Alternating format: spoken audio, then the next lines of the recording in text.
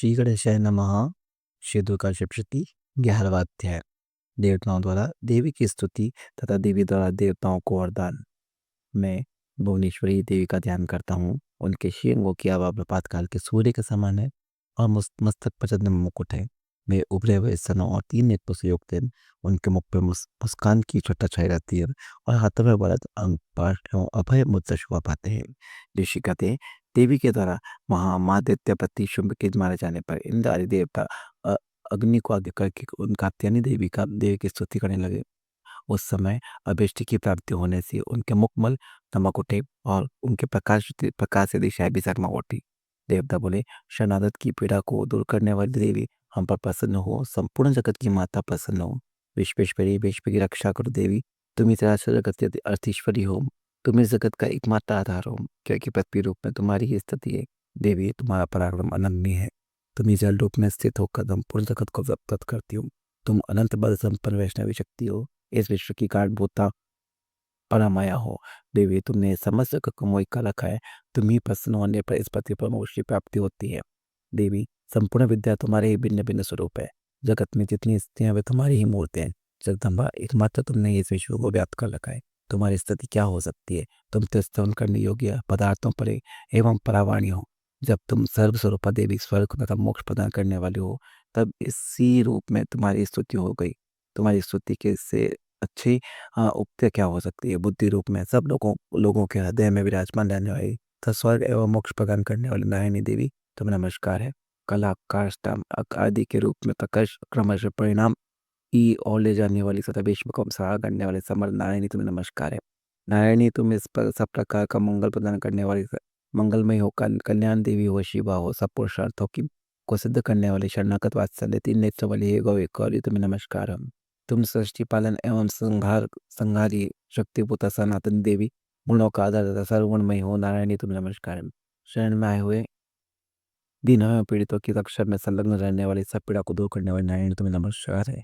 तुम्हें नमस्कार है नारायणी। तुम ब्रह्माणी का रूप धारण करके हंसों से जूते एवं विमान पर बैठती रहती कुछ विशेष ढकती रहती हो, तुम्हें नमस्कार है। महेश्वरी रूप से किशोर चंद्रमा एवं सर्प को धारण करने वाली तब महान वृषभ की पीठ पर बैठने वाली नारायणी, तुम्हें नमस्कार है। मोरों और मुर्गों से घिरी रहने वाली माँ शक्ति धारण करने वाली कौमारी रूप धारण देने कृपा नारायणी, तुम्हें नमस्कार है। शंख चक्र गदा और शांग धनुष रूप उत्तम आयुधों का धारण करने वाली वैष्णवी शक्ति रूपे रूपा, तुम्हें नमस्कार है। तुम प्रसन्न हो, तुम्हें नमस्कार है। हाथ में भयानक मार चक्र लिए हुए, दाढ़ों पर धरती को उठाए हुए बारह ही रूप धारणी कल्याण में नारायणी, तुम्हें नमस्कार है।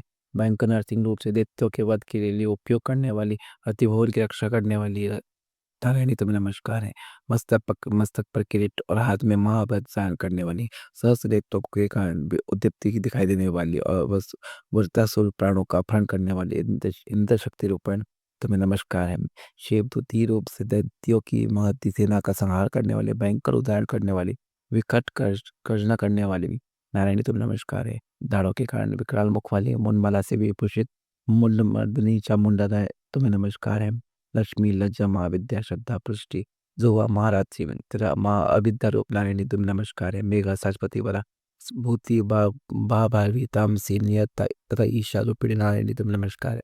सर्वस्वरूपा सर्वेश्वरी तथा सब प्रकार की शक्ति से सब प्रसन्न देवी रूपा दुर्गा देवी, सब भयों से हमारी रक्षा करो, तुम्हें नमस्कार है। कात्यायनी, ये तीनों लोचन से विभूषित तुम्हारा सौम्य मुख सब प्रकार के भयों से हमारी रक्षा करे, तुम्हें नमस्कार है। वज्रकाली ज्वाला के कारण विकराल प्रतीत होने वाली अत्यंत भयंकर और समस्त अस्त्रों का संहार करने वाली तुम्हारा त्रिशूल भय से हमें बचाए, तुम्हें नमस्कार है।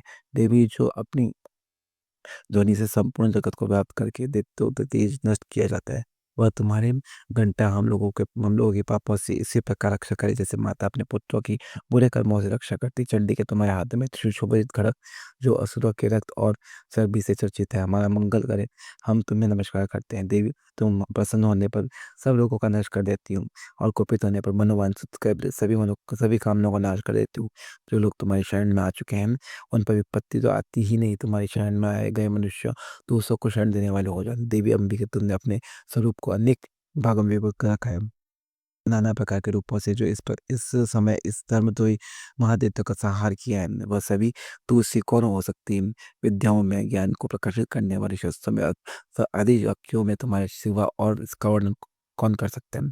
था तुम्हें छोड़कर दूसरी और ऐसी शक्ति है जो इस विश्व का ज्ञान में घोर अंधकार से परिपूर्ण ममता रूपी गड़े में निरंतर भटका रही है। जहाँ राक्षस, जहाँ भयंकर विशाल वाले सर्प, जहाँ शत्रु, जहाँ लुटेरों की सेना तथा दावन हो वहाँ तथा समुद्र के बीच में भी साथ रखकर तुम विश्व की रक्षा करती। विश्वेश्वरी तुम्हें नमस्कार है। तुम विश्व का पालन करते विश्व रूप में हो, इसी से तो संपूर्ण विश्व को धारण करती हूँ। तुम भगवान विश्वनाथ की भी वंदनीय हो।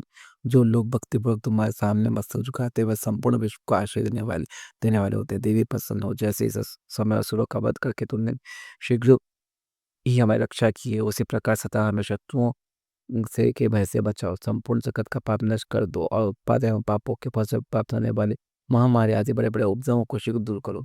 विश्व की पीड़ा को दूर करने वाले देवी, हम तुम्हारे चरणों पर पड़े हैं। हम पर प्रसन्न हो, त्रिलोक निवासिनी पूजनीय परमेश्वरी, सब लोगों का वरदान दो। देवी बोली, देवताओं मैं वर देने को तैयार हूँ।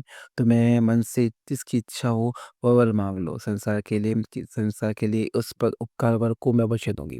देवता बोले, सर्वेश्वरी तुम इस प्रकार तीनों लोगों की समस्त बाधाओं को शांत करो और हमारे शत्रुओं का नाश करते रहो। देवी बोली, देवताओं विवस्त मनमंत्र के 28वें युग में शुंभ और निशुंभ नाम के दो अन्य महादेवता उत्पन्न होंगे। तब मैं नंदगोप के घर में उनकी पत्नी यशोदा के गर्भ से अवतरने और हूँ विंध्याचल में जाकर के रहूंगी और उपदनों असुरों का नाश करूंगी। फिर अत्यंत भयंकर रूप से पृथ्वी पर अवतार ले में ही प्रचलित नाम के दानों का वध करूंगी। उन भयंकर महादेव का को भक्षण करते समय मेरे दांत अनाक के फूलों की भांति लाल हो जाएगी। तब स्वर्ग देवता और मृत्युलोक में मनुष्य सदा मेरी स्तुति करते हुए मुझे रक्त दंतिका कहेंगे। फिर जब पृथ्वी पर 100 वर्षों के लिए वर्षा रुक जाएगी और पानी का बहाव हो जाएगा, उस समय मुनियों के स्तवन करने पर मैं पृथ्वी पर अयोनिज रूप से प्रकट हो जाऊंगी और 100 नेत्रों से मुनियों को देखूंगी। अतः मनुष्य शताक्षी इस नाम से तेरा कीर्तन करेंगे। देवताओं, उस समय मैं अपने शरीर से उत्पन्न हुए शाखों द्वारा समस्त संसार का भरण पोषण करूंगी। जब तक वर्षा नहीं रुकी तब तक बेशाक ही तब के प्राणों की रक्षा करेंगी। ऐसा करने से के कारण पृथ्वी पर शाकंभरी के नाम से मेरी ख्याति होगी। उसी अवतार में मैं दुर्गम नामक महादैत्य वध भी करूंगी। इससे मेरा नाम दुर्गा देवी के रूप में प्रसिद्ध होगा। फिर मैं जब भीम रूप धारण करके मुनियों की रक्षा करने के लिए हिमालय पर रहने वाले राक्षसों को भक्षण करूंगी, उस समय सब मुनि भक्ति से नतमस्तक होकर मेरी स्तुति करेंगे। मेरा नाम भीमा देवी के रूप में विख्यात होगा। जब अरुण नामक दैत्य तीनों लोगों में भारी उपद्रव मचाएगा, तब मैं तीनों लोगों का हित करने के लिए 6 पैरों वाले असंख्य ब्राह्मणों का रूप धारण करके उस महादित्य का वध करूंगी। उस समय जब सब लोग ब्राह्मणी के नाम से मुझे चारों ओर मेरी स्तुति करेंगे। इस प्रकार जब जब संसार में दानवीय बाधा उपस्थित होगी, तब तब अवतार लेकर मैं शत्रुओं का संहार करूंगी। इस प्रकार श्री मार्कंडेय पुराण में सार्वजनिक मनवंतर की कथा के अंतर्गत देवी महात्म्य देवी स्तुति नामक 11वां अध्याय पूरा हुआ। जय माता दी। श्री गणेशाय नमः। श्री दुर्गा सप्तशती 12वां अध्याय देवी चरित्रों के पाठ का महात्म्य। ध्यान। मैं 3 नेत्रों वाली दुर्गा देवी का ध्यान करता हूँ। उनके श्रृंगों की प्रभा बिजली के समान है। वह सिंह के कंधे पर बैठी हुई भयंकर प्रतीत होती है। हाथों में तलवार और ढाल लिए अनेक कन्याएं उनकी सेवा में खड़ी रहती हैं। वे अपने हाथों में चक्र, गदा, तलवार, ढाल, बाण, धनुष, पाश और तर्जनी मुद्रा धारण किए हुए हैं। उनका स्वरूप अग्निमय है तथा वे माथे पर चंद्रमा का मुकुट धारण करती है। देवी बोली, देवताओं, जो एकाग्रचित होकर प्रतिदिन इन स्तुतियों से मेरा स्तवन करेगा, उनकी सारी बाधा मैं निश्चय ही दूर करूंगी। जो मधु के टप का नाश, महिषासुर का वध तथा शुंभ निशुंभ के संहार के प्रसंग का पाठ करेगा तथा अष्टमी, चतुर्दश और नवमी को जो एकाग्रचित होकर के भक्ति पूर्वक मेरा उत्तम महात्म्य का श्रवण करेगा, उन्हें कोई पाप नहीं छू सकेगा। उन पर पाप जनित आपत्तियां भी नहीं आएगी। उनके घर में कभी दरिद्रता नहीं होगी। उनको कभी प्रेमीजनों से विच्छोह का कष्ट भी नहीं भोगना पड़ेगा। इतना ही नहीं, उन्हें शत्रुओं से, लुटेरों से, रात से, शस्त्र से, अग्नि तथा जल की राशि से भी कभी भय नहीं होगा।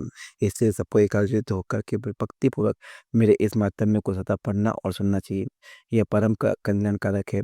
मेरा मातम्य महामारी जनित समस्त उपजाऊ तथा आध्यात्मिक आदि तीनों प्रकार से उत्पातों को शांत करने वाला है। मेरे जिस मंदिर में प्रतिदिन विधिपूर्वक मेरे इस मातम्य का पाठ किया जाता है, उस स्थान को मैं कभी छोड़कर नहीं जाती। वहाँ सदा ही मेरा सानिध्य बना रहता है। बलिदान, पूजा, होम तथा महोत्सव के अवसरों पर मेरे इस शब्द का पूरा पाठ और श्रवण करना चाहिए। ऐसा करने पर मनुष्य विधि को जानकर या बिना जाने भी मेरे लिए जो बलि पूजा होम आदि करेगा उसमें बड़ी प्रसन्नता के साथ ग्रहण करूंगी। शरत काल में जो वार्षिक महापूजा की जाती है उस अवसर पर जो मेरे इस मातम्य को भक्तिपूर्वक सुनेगा वो मनुष्य मेरे प्रसाद से सब बाधाओं से मुक्त तथा धन धान्य एवं पुत्र से संपन्न होगा। इसमें तनिक भी संदेह नहीं है। मेरे इस मातम में मेरे पास भाग्य सुंदर कथा तथा युद्ध में किए हुए मेरे पराक्रम सुनने से मनुष्य निर्भय हो जाता है। मेरे मातम का श्रवण करने वाले पुरुषों को शत्रु नष्ट हो जाते हैं। उन्हें कल्याण की प्राप्ति होती है तथा उनके कुल आनंदित रहता है। सर्वत्र शांति कल में बुरे स्वप्न दिखाई देने पर तथा ग्रह जनित भयंकर पीड़ा उपस्थित होने पर मेरा मातम में श्रवण करना चाहिए। इससे सब विघ्नता भयंकर गढ़ पीड़ाएं शांत हो जाती है और मनुष्यों को द्वारा देखा हुआ वो दुःख स्वप्न शुभ स्वप्न में परिवर्तित हो जाते हैं। बाल ग्रहों से आक्रांत हुए बालकों के लिए यह मातम में शांतिकारक तथा मनुष्यों के संगठन में फूट होने पर ये अच्छे प्रकार की मित्रता कराने वाला होता है।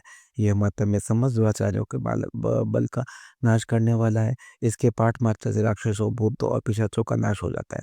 मेरे ये सब मातम में मेरे समीप की प्राप्ति करने वाला है। पशु पुष्प अर्घ्य धूप दीप गंध आदि उत्तम सामग्रियों द्वारा पूजन करने से ब्राह्मणों को भोजन कराने से होम करने से पदिनाभिषेक करने से नाना प्रकार के अन्य भोगों के अर्पण करने से तथा दान देने आदि से एक वर्ष तक जो मेरी आराधना की जाती है और इस उससे मुझे जितनी प्रसन्नता होती है, उतनी प्रसन्नता मेरे इस उत्तम चरित्र का एक बार श्रवण करने मात्र से हो जाती है।